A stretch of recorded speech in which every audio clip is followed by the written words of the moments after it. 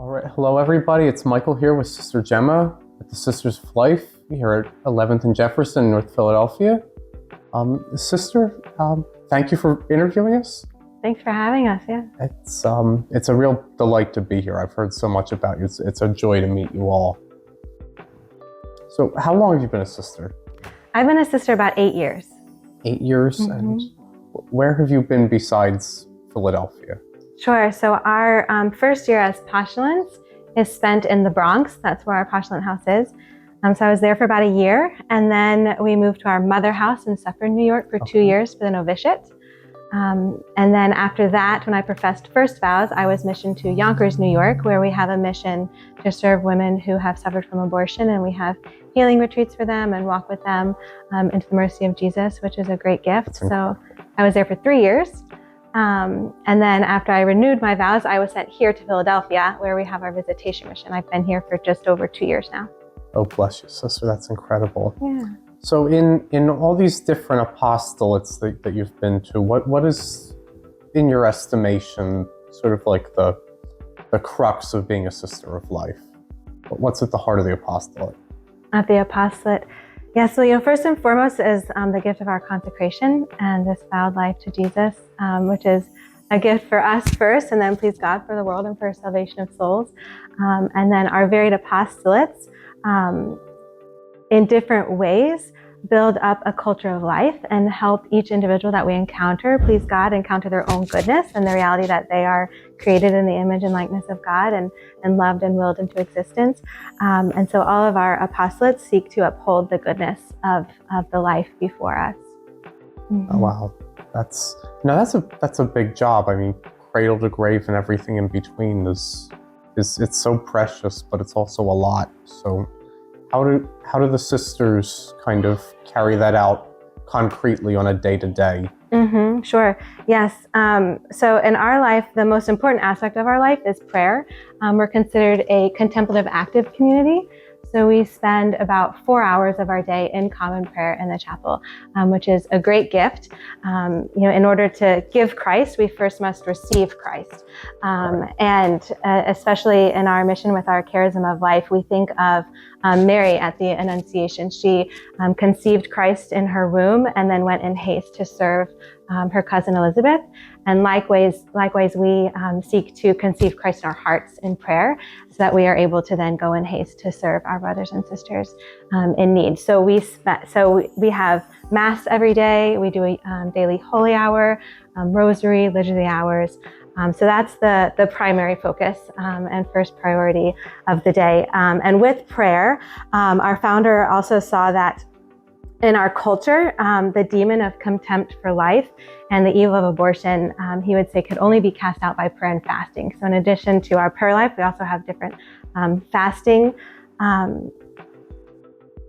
ways that we fast. And so one of those is when we first wake up in the morning, we go to the chapel and we spend 2 hours in prayer before breakfast, which means 2 hours before coffee. So that's one of the first gifts we get to give Jesus every day. Oh, that's a tough 2 hours. Yeah. With God's grace, we make it through. So then after prayer, we also live a very intentional community life. So we see the breakdown of the family and how many wounds that creates in the culture. And so our founder really wanted us to live family life intentionally and well as a model for others, and also to bring reparative graces into the culture, into the brokenness of other families. And so we eat 3 meals a day together, breakfast, lunch, and dinner, which is beautiful. We cook our own meals. We jump into dishes. We also have, we call it community recreation, but it's basically family game night at least 3 or 4 times a week.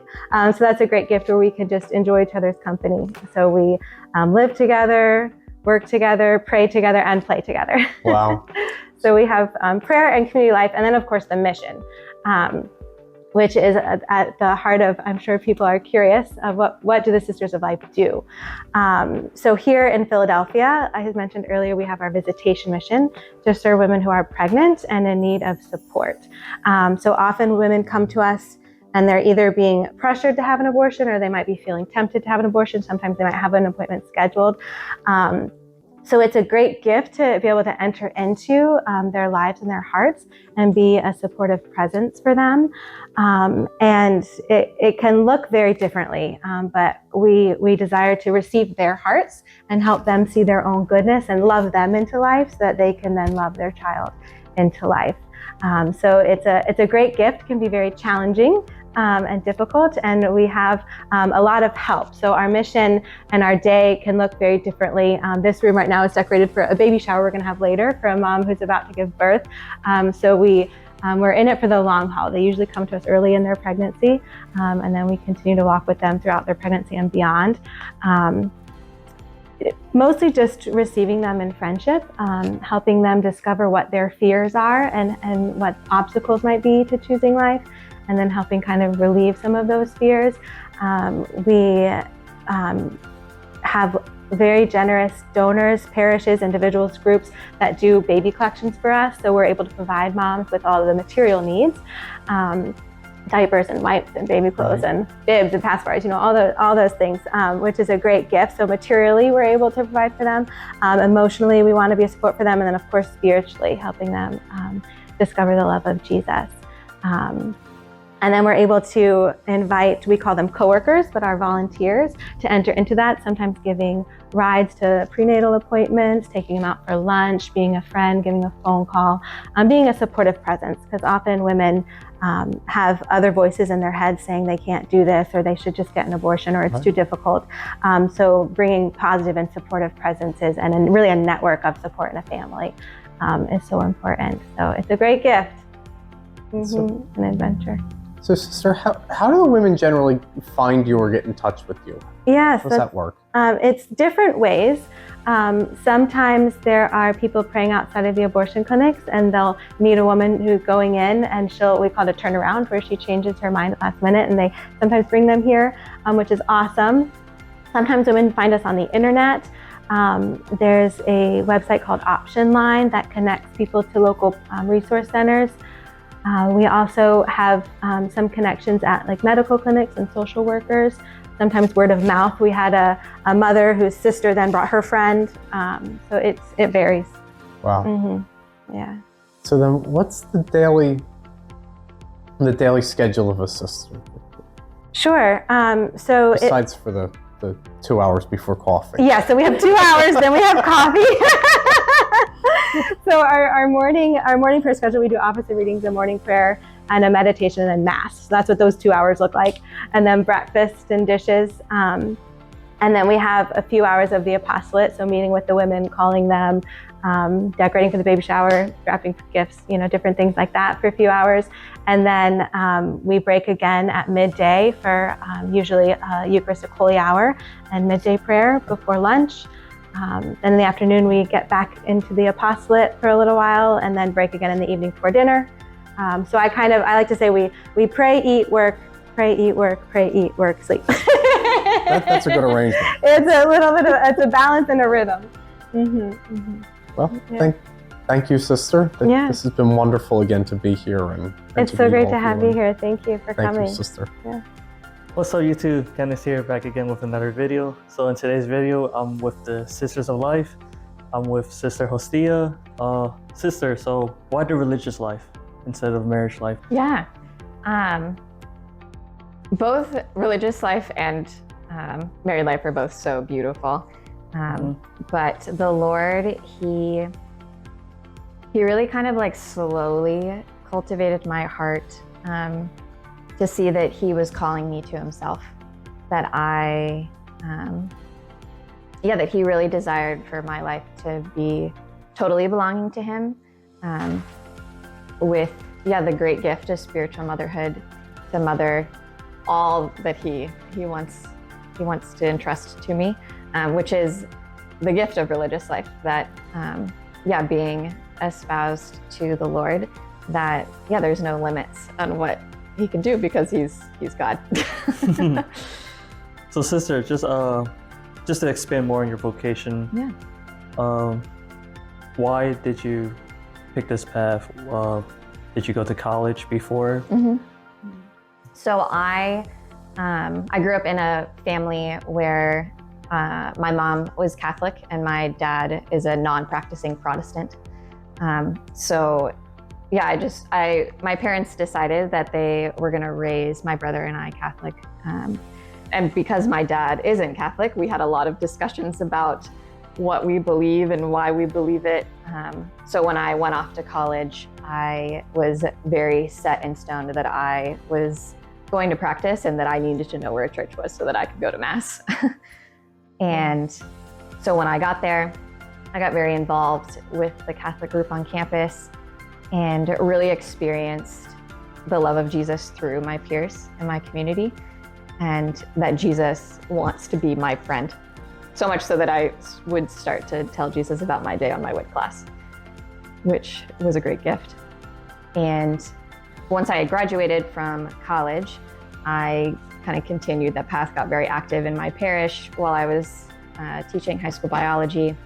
And I just found myself living this really great life with a job and dreams of what my future would look like. But there was just something in my heart that was just unsettled. Like I wanted more, but I didn't really know what that meant. And so I decided to go on a silent retreat so that I could ask Jesus, what do you want for my life? And on this retreat, I received this grace that the Lord was going to satisfy every desire of my heart. And even though I didn't know what that looked like, I could trust him, and that I knew that he was good and that he would fulfill his promises for me. And so I just started trying things. I just applied for grad school, and then that door closed. And then I started looking for new places to live, maybe a new career change. All those doors started to close. And so I was like, well, the only thing I haven't actually looked into is religious life. So maybe I'll look into that. And so I started looking at different religious orders, and I came and visited the Sisters of Life.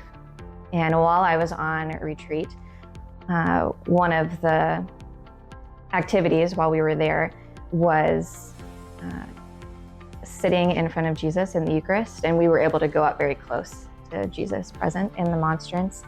And I could hear the Lord tell me that he was asking me if I would give my whole life to him in this charism of life, which I needed to respond to. The Lord asked me a question, I'm going to respond. And so I was so awestruck that the Lord really even wanted to ask me to do that.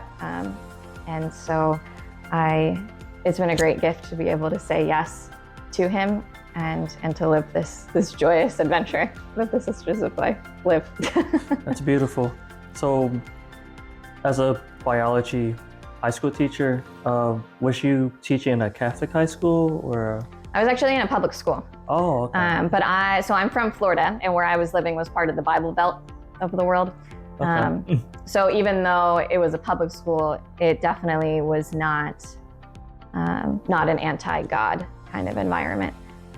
So in a way, it wasn't very secular as in today's world now, sadly. Yeah, exactly. That's good. Yeah. How long does it take you to become a Sister of Life? Like the process? Yeah, so once you've started discerning and you've entered as a postulant, you're kind of in this, it's about 11 months of just further deeper discernment if the Lord is calling you to this life. And then after that, you enter the novitiate, receive the habit, and that's a 2 years of formation. And then after that, profess your first vows, which I just professed my first vows this June, which is congratulations. Really, thank you. Yeah, it's very exciting. And then we get sent out into the missions. So now I live here in Philadelphia as my first mission, which is really wonderful. Thank you, sister. Yeah. Hello, everyone. I'm John. We're here with Sister Monica. Sister, thanks for being on. Thanks for having us here at your convent. Oh, we're grateful to have you here today. So, sister, how long have you been with the Sisters of Life? I've been with the Sisters of Life for 27 years. So the community started in 1991. We were founded by Cardinal O'Connor, Archbishop of New York, and I entered in 95. So, sister, what was Cardinal O'Connor's reason for starting the Sisters of Life? That's a good question. It started back actually way before, back in the 70s. Cardinal O'Connor had an experience that led really to the founding of the Sisters of Life. It was an interesting experience. He was at Dachau, the concentration camp.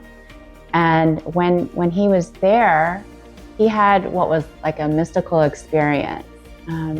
When he placed his hand in the ovens, the crematoria where the bodies were burned in this tragedy of the Holocaust, he felt the intermingled ashes of rabbi and Jew, priest, layperson, and he said, "Good God, how can man do this to another person? How is this possible?" And it came to him that this was happening in the culture. And from that moment on, he vowed that he would do everything in his preaching and his work to protect the sacredness of human life.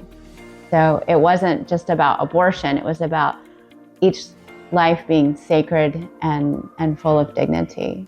So that was one of the graces from that deep, dark place. Life came forth in God's grace. Wow. So how did you get the sisters started? Yeah, so as part of that, before the sisters actually began, he was head of the, first he was bishop of auxiliary bishop of the military, and then of Scranton, Pennsylvania for a short time, and then the Archbishop of New York. And when he was Archbishop of New York, he was also head of the Bishops' Conference, the USCCB pro-life Secretariat. And so they did much work and preaching and activities on behalf of life. But he said the results were discouraging. He still saw thousands of abortion and didn't really see the tide changing. So he was a man of prayer. So he took this to prayer above all things. And one day he was in the chapel and praying with the Gospel of Mark chapter 19, as Sister Gemma had mentioned earlier. This kind of demon can only be cast out by prayer and fasting. So in his prayer, he was reflecting on, is God calling for a community of women religious to pray, to fast, to work on behalf of the sacredness of human life? So what Cardinal O'Connor did is he had a weekly column in the diocesan paper. And so in November 2nd, 1989, he wrote a column, Help Wanted, Sisters of Life. So it sounded like, a want ad, but it was really just like, he was putting it out, as he did all things before the Lord, and just to see, are there women out there that might be feeling called to join a non-existent religious community? Wow. And he even gave us the name Sisters of Life. That's so human. That's really the work of the Spirit. And so when did the Sisters Apostolate really get going, and what did the early days look like? Yeah. Well, first of all, he said he did what he would do when he didn't know what else to do. He would have a retreat, and just ask God. So there were 11 women who went on a retreat, and he preached about the vows, poverty, chastity, and obedience, and proposed a fourth vow to protect and enhance the sacredness of human life. And so from 2 retreats, 8 women founded the Sisters of Life. Cardinal O'Connor up in Monroe, New York. So the Parish Visitors of Mary Immaculate hosted the first Sisters of Life. And so that was their time of formation. Yeah. Wow. Yes. Oh, that's awesome. So that was, and you joined after a couple years after that. Mm-hmm. Wow. Yes. So So at that point, even though he was Cardinal Archbishop of New York, he still spent a lot of time helping us in our initial formation. And the first missions began, say, like in 94 and 95, reaching out to pregnant women, doing some retreats, weekend retreats for those in the pro-life movement. And the next year, some of the apostolate with reaching out to those who have suffered from abortion to bring hope and healing. Wow, that's incredible. So when did you guys come here to Philadelphia? We came here to Philadelphia 5 years ago last week. And really? So, yeah. Wow. So we moved into this convent in November of 2017 under the invitation of Archbishop Chaput. And we were happy to respond to the call of a foundation here in Philadelphia, because Cardinal O'Connor, was a priest of the Archdiocese of Philadelphia, ordained many years ago, 1945. Yeah. But from Southwest Philly, St. Clement's Parish, which is now Divine Mercy. So it's just neat to see the way the Lord worked in all of that. And we work with women who are in crisis pregnancies. It's called the Visitation mission, after Mary and Elizabeth. The way Mary went out in haste to help her cousin Elizabeth, we seek to bring Christ that we receive in Holy Communion each day out to the women who are in crisis pregnancies. Wow. Sister, that's awesome. And I have to say, you guys do incredible work here in Philadelphia, restoring the dignity of life, not just to the unborn, but to all people. And it starts with the unborn, but you guys really do incredible work with your Rosary Walks, with your the Source Holy Hours, which happen Saturday nights, one time a month, and the Rosary Walks happen one Saturday morning. Details to follow. Because evangelization is an important part of our mission too, to evangelize on the gospel of life, and to bring the good news of each person's worth and dignity. Especially here in Philly, we need that. Yeah. So, Sister, what do you see the future of the order as? Do you see you guys taking on any new or growing apostolates, or do you see you guys just continuing with walking with mothers that are considering abortion? Yeah, that's a good question. We're a growing community, and we're in many locations now. We're in New York and Connecticut. We just started a foundation out in Phoenix, Arizona, and Catskill, New York. We're in Canada. So we'll see where the Lord leads us. And everything comes from our prayer life and our fourth vow to protect and enhance the sacredness of human life. But we'll see how that manifests itself, over time. I know the sisters in Canada right now are, because euthanasia is a big battle up there. So a lot of times they're just, they're receiving a lot of prayer requests on the end of life too. So we'll see what the Lord has in store. We have outreach on college campuses out in Denver. So we'll just see, through our retreat works, through our working with pregnant women, we'll see how the Holy Spirit, inspires future missions for the Sisters of Life. Great, awesome. We'll be praying that you guys continue to grow, continue to thrive in your mission. Yeah, thank you. And please remember us in prayer. I don't know. We do. Our apostolate, our seminarians. We definitely do. Priests are dear to our hearts, and in the seminary for sure. So we pray every day for priests and seminarians. Thank you so much, Sister. And thanks for coming on. Thank you. Wow, 27 years. Oh my goodness. Can you tell me a little bit, what was Cardinal O'Connor's reason for Cardinal? No, sorry. I'm sorry. It's okay. Sorry. What was, I edited that out. Yeah, we can. What was Cardinal O'Connor's? What was Cardinal O'Connor's reason for starting the Sisters of Life? Yeah, that's a good question. All right, sorry. All right, here we go.